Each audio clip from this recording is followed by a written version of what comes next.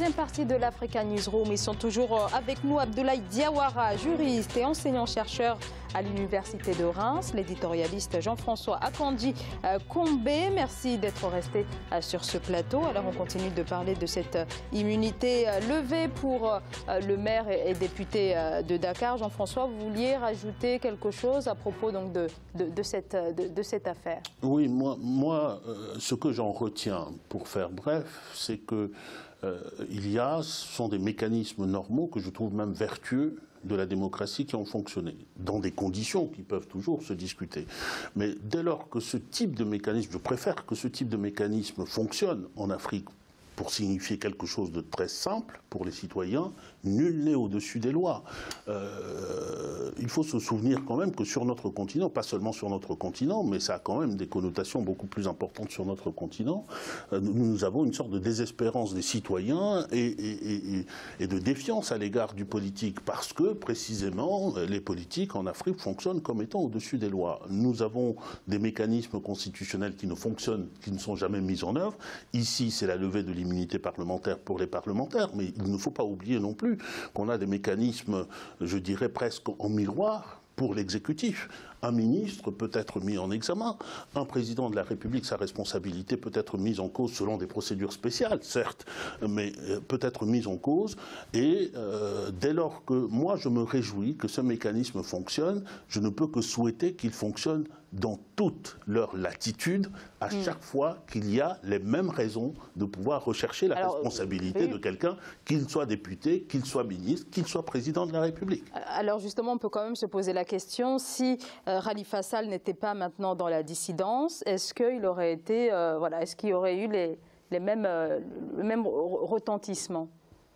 Alors, on ne peut pas faire l'histoire, bien sûr. Tout à fait, mais au regard des allégations, au regard des éléments que nous avons en notre possession, on ne peut pas l'affirmer de façon explicite. Moi, je dirais non.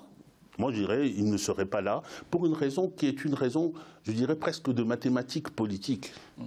Lorsque je disais tout à l'heure qu'à partir du moment où on recourt au vote des députés, il y a des phénomènes de solidarité majoritaire qui aurait joué. S'il était dans la majorité, le phénomène majoritaire aurait joué en sa faveur. Le déclenchement de la phase parlementaire de la procédure, parce qu'il faut que le bureau de l'Assemblée nationale se réunisse et inscrive cette affaire-là à l'ordre du jour, que la conférence des présidents se réunisse et inscrive à l'ordre du jour, que la plénière, que la commission en question, qui aurait été composée d'une majorité qui serait favorable à l'intéressé, face à un rapport. Et ensuite, nous avons la plénière. En fait, il y a une sorte de mécanique politique qui aurait conduit à ce qu'il soit extrêmement difficile à quelqu'un de la majorité qui se serait retrouvé dans sa position de voir son immunité levée. On peut le regretter, mais ça fait partie des règles du jeu. Et c'est sur ce point peut-être que l'opposition démocratique sénégalaise a peut-être raison. Alors quand même un mot sur la popularité de Khalifa Sall. On sait qu'il a été incarcéré il y a 8 mois. Il a ensuite, malgré son incarcération, a été élu président. Comment expliquer cette popularité? On a vu par exemple que le jour de la levée de cette immunité, les forces de l'ordre ont dispersé à coups de gaz lacrymogène certains partisans du maire de Dakar. Comment expliquer une telle popularité? Alors, on peut l'expliquer puisque M. Khalifa Sall, c'est un homme du peuple. Il faut rappeler que ça a été l'un des plus jeunes députés du Sénégal à être élu, et depuis fort longtemps. Il a effectivement participé, il a été élu, vous l'avez rappelé, sur une liste, et aujourd'hui, effectivement, il était, si on en vient à l'actualité, il est pressenti même comme étant le futur, en tout cas si ces affaires venaient à se tasser, le challenger de l'actuel président. Donc c'est un homme populaire parce que c'est un homme du peuple. Il parle, c'est le maire de Dakar, il a été élu avec quand même une majorité tout à fait confortable. Il s'exprime, il y a une forme d'aisance également, puisque c'est un jeune militant. Il faut rappeler qu'il a eu pendant des années, il était militant, mais effectivement c'est un homme du peuple.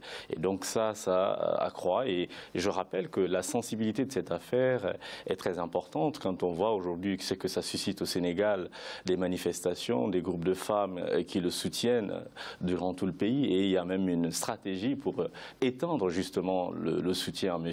Sall, parce qu'on considère que c'est une affaire politique, et c'est d'ailleurs pour ça que le procureur de la République s'en s'empresse de préciser que c'est une affaire juridique, mais vous venez de le démontrer suffisamment que le fait de recourir aux représentants de l'État, représentants du peuple, en l'occurrence ici les députés, et le vote qui a été obtenu dans des conditions, même dans des conditions particulières, quand ça a été fait samedi très tard. On peut considérer que les députés travaillent très tard, mais en l'occurrence ici, les députés de l'opposition étaient tout à fait minoritaires dans cette commission ad hoc.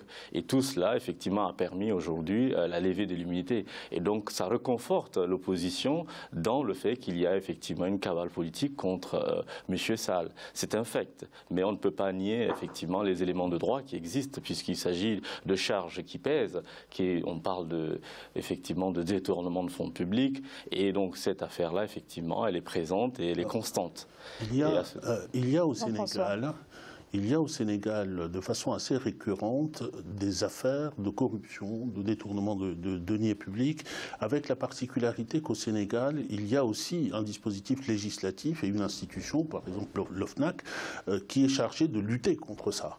Et il y a eu une affaire assez récente qui ne touchait pas cette fois-ci le Parlement, mais qui touchait à un rapport qui avait été fait par l'Office de lutte contre la corruption, etc., et qui touchait à un proche du président de la République et qui a conduit à des révocations de fonctions, etc.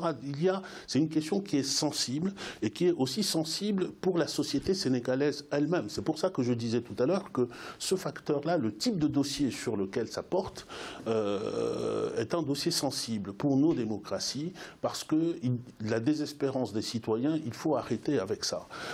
Sinon, les citoyens vont dire, bon, quand c'est eux, ils peuvent voler, ils peuvent puiser dans la caisse, nous on ne le peut pas. C'est comme ça que nos sociétés dérivent progressivement, et c'est pour ça que moi je me réjouis de ce type de procédure, encore que je reconnaisse bien qu'il y a des aspects politiques, et d'ailleurs l'autre aspect politique qui pourrait être positif pour Khalifa Sall, c'est que s'il était bien conseillé, à partir de maintenant il en tirerait le plus grand profit politique en jouant la victime politique. Et ça peut marcher, c'est un levier qui peut marcher, c'est un levier électoral qui peut marcher. Comme vous le signaliez tout à l'heure, il y a des manifestations, il y a des groupes qui se forment. Donc là, il peut gagner encore plus en popularité. En sympathie auprès d'un certain nombre de personnes qui se disent, compte tenu de ce que j'ai dit tout à l'heure, il y a eu d'autres affaires avant, on n'a pas vu ça, et puis quand c'est lui, on accélère la procédure, etc.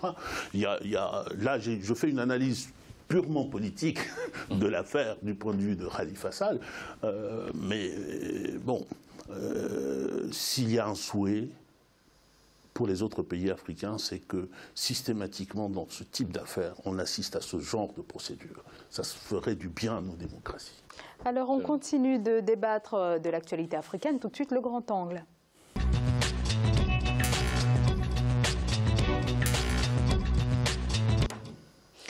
La taxe à l'exportation du bois en grumes devrait passer de 17,5% à 30% au Cameroun. Le gouvernement entend ainsi renforcer la taxe à l'exportation. Objectif, encourager la transformation locale. C'est un reportage d'Idlette Mirabel-Bissou.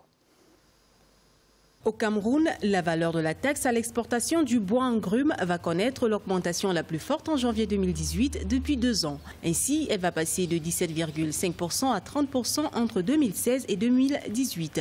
Si en 2016, cette taxe se situait à 17,5%, en 2017, elle a connu une légère hausse pour se situer à 20%. Elle a été adoptée dans un contexte de resserrement de la trésorerie de l'État. C'est-à-dire l'État n'a plus assez de ressources et cherche donc des ressources additionnelles en créant une pénalité pour ceux qui veulent exporter le bois en grumes. On peut donc penser que c'est une mesure plutôt positive de ce point de vue-là. Si la révision à la hausse de cette taxe est validée par le Parlement, elle va passer à 30% en 2018. Sur 2 exercices budgétaires, la taxe à l'exportation du bois en grumes pourrait donc connaître une progression de 12,5% au Cameroun. Entre autres avantages, cette hausse répétée de la taxe à l'exportation du bois en grumes depuis 2016 pourrait encourager la transformation locale du bois et créer des emplois. Il y a une disposition législative qui avait prévu ça, c'est-à-dire aller à la deuxième transformation ou à la troisième transformation, c'est-à-dire ne plus exporter en grumes. Malheureusement, cette disposition n'a jamais été appliquée. Bon, maintenant, si on décide de taxer les exportations en grumes, peut-être aussi, peut-être, oui, il y a en arrière-fond ce désir d'encourager la transformation locale avant exportation. Le boissier ou engrume se présente au Cameroun comme le premier produit d'exportation hors hydrocarbures, avec plus de 50% des volumes des exportations globales. Si la révision à la hausse de cette taxe à l'exportation du bois engrume est validée par les parlementaires camerounais, ces revenus vont contribuer à la chaîne de croissance des recettes fiscales et douanières. Abdoulaye Diawara, le bois camerounais n'est pas transformé sur place. Est-ce que cette mesure peut, comme le souhaitent les autorités, développer l'industrie de transformation à l'échelle locale? Absolument, puisque cette stratégie-là, en réalité, rejoint des revendications fort anciennes. Ces revendications visent à pérenniser l'industrie du bois. Le reportage l'a bien montré. C'est une part importante de l'exportation du Cameroun. Et le bois, effectivement, doit être aujourd'hui valorisé. Et cette valorisation passe, comme ici, à la transformation sur place. Ce n'est pas admissible aujourd'hui qu'effectivement un tel potentiel, notamment pour le Cameroun, soit systématiquement, notamment exporté. Et donc, on peut considérer sur ces éléments-là que c'est très positif pour le producteur local, parce qu'il faut dire que ça peut avoir des retombées également en termes d'emploi. Ça veut dire créer des usines, favoriser la création d'usines sur place, de transformation justement de ce bois brut sur place. Donc, ça peut pérenniser également. Et ces fonds peuvent également être dotés des programmes de reboisement pour le Cameroun, parce qu'il faut dire que c'est le Cameroun aujourd'hui, après le Congo, c'est le pays qui effectivement utilise le plus, en tout cas cette industrie-là. Elle est très forte au Cameroun. Donc c'est une mesure salutaire. Ensuite, quid de l'usage qui sera fait de ces recettes, puisqu'il faut le dire que si c'est adopté, ça aura un impact direct, c'est de doper les recettes fiscales du Cameroun, c'est une évidence. Ensuite, il faut espérer justement qu'une partie de ces fonds-là vont aider à subventionner davantage justement ces producteurs locaux pour notamment transformer ce bois sur place, puisqu'il faut le rappeler que la transformation du bois sur place a une valeur marchande beaucoup plus forte. Et donc le fait que ce bois soit exporté en brume, cela effectivement a une incidence très très forte sur les exportations camerounaises. Jean-François. Oui, je pense que c'est un bon début. C'est une bonne décision. Enfin, c'est une bonne décision. La décision n'est pas encore prise. Oui, elle va être adoptée par l'Assemblée. Mais il faut souhaiter que l'Assemblée l'adopte comme étant un premier élément d'une stratégie qui ne peut être que complexe. Alors, il s'agit de frapper plus lourdement pour favoriser l'industrialisation, la transformation du bois sur place, mais encore faut-il que l'investissement soit dirigé vers cela. Encore faut-il créer dans le marché camerounais et le marché de l'Afrique centrale, créer des besoins, en tout cas répondre à des besoins locaux. On est frappé, par exemple, que, pas seulement au Cameroun, mais dans tous les pays d'Afrique centrale, le Congo, la République centrafricaine, le Gabon, etc., nous avons là une des mines mondiales de ce trésor qu'est le bois, y compris les bois précieux. Dans d'autres parties du monde, on pourrait imaginer qu'il y ait des constructions de maisons en bois, qu'on utilise le bois plus qu'on ne l'utilise chez nous, mais nous n'avons pas ce réflexe-là. Il s'agit de développer aussi des réflexes, de créer un marché, et puis surtout, il me semble qu'une telle politique ne peut prospérer que si elle est coordonnée avec les États voisins, parce qu'il serait trop facile de contourner cela pour aller en République centrafricaine, par exemple, pays en guerre, naturellement, où on peut faire ses affaires beaucoup plus facilement, ou d'aller au Congo, ou d'aller au Gabon. On est dans le cadre d'un marché commun, la CEMAC, ce serait bien de coordonner les stratégies vis-à-vis de cette ressource qui qui est une ressource partagée avec les autres pays. Le Cameroun n'est pas seul sur la filière. Mais c'est pour ça que je dis que c'est une bonne décision, en tout cas un bon premier pas pour une stratégie. Encore faut-il construire cette stratégie-là. Abdoulaye Diawara, sur cette nécessité de mettre en place une coordination avec les États voisins. Alors c'est un enjeu majeur parce qu'il faut le dire, on est dans un domaine qui est assez concurrentiel, vous l'avez évoqué à juste titre, ça veut dire que si le Cameroun effectivement hausse, le risque c'est que ces entreprises qui existent là vont se délocaliser dans la sous-région. Et donc ça veut dire des pertes immenses pour effectivement... Donc cela représente quand même un risque pour les exportations. Absolument, donc d'où la nécessité de coordonner ce type de politique, parce qu'effectivement, les entreprises ont le choix par rapport à cette politique. Mais je pense que le Cameroun, effectivement, veut absolument endiguer, parce que c'est une part importante de son économie. Elle souhaite créer une stratégie, aussi dans les conclusions, en tout cas, dans les débats au niveau de l'Assemblée. Il s'agit de créer une stratégie structurelle à long terme, donc favoriser le reboisement, favoriser l'installation d'entreprises. Et donc cette stratégie-là, effectivement, doit aller de pair avec une politique de coordination dans la sous-région, au risque, effectivement, que certaines entreprises, puisque souvent il s'agit d'entreprises étrangères, donc qui est multinationales, le risque que ces entreprises, effectivement, se délocalisent dans la sous-région, en l'occurrence au Congo, où, effectivement, il y a des zones conflictuelles où on ne peut pas, effectivement, se permettre de poser des taxes, on a besoin de recettes rapidement. Et donc, effectivement, c'est un défi majeur à ce niveau. Est-ce que quand même c'est le bon segment pour l'État camerounais qui cherche donc à renflouer ses caisses? C'est un excellent segment. C'est un excellent segment parce que, comme je le disais tout à l'heure, j'ai employé les mots à dessein. C'est une mine de trésors, dans des trésors de ces pays-là. Nous n'apprécions pas à sa juste valeur des biens dont nous disposons de par la nature. Mais lorsqu'on regarde, par exemple, dans les économies occidentales, vous avez des entreprises qui se sont construites autour de cela. Et vous avez même des artisans dans des pays où il n'y a pas de bois précieux qui ont construit un savoir-faire et qui ont un monopole à partir de produits naturels qui sont des produits de chez nous. Et je pense que l'une des premières, l'un des premiers effets positifs de ce type de mesure, c'est d'abord d'éviter la dilapidation de nos biens, de nos trésors, et le bois figure parmi ces trésors. Pas seulement les trésors parce qu'on peut construire avec, parce qu'on peut fabriquer des meubles, mais c'est aussi des trésors de l'environnement. C'est ce qui permet, vous parlez tout à l'heure de reboisement, c'est aussi ce type de politique raisonnée qui permet, vis-à-vis de notre planète, de remplir nos responsabilités.